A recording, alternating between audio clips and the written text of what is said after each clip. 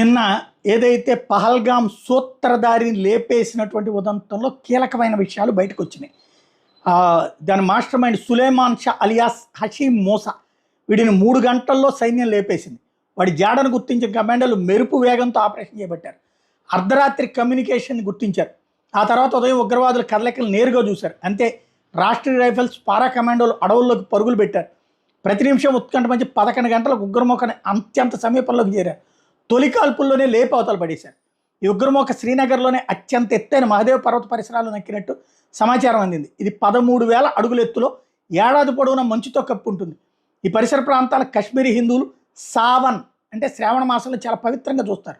ఈ పర్వత ప్రాంతాలు ఆదివారం అర్ధరాత్రి దాటాక 2 గంటల సమయంలో చైనా తయారీ encrypted communication set T-82 activate అయినట్టు భద్రతా దళాలు గుర్తించాయి. పాల్గాం ఉగ్రదాడిలో వీటిని వాడారు. అట్లాంటి వాటిని అర్ధరాత్రి మహదేవ్ పర్వత అడవుల్లో వాడుతుండటంతో దళాలు అప్రమత్తమై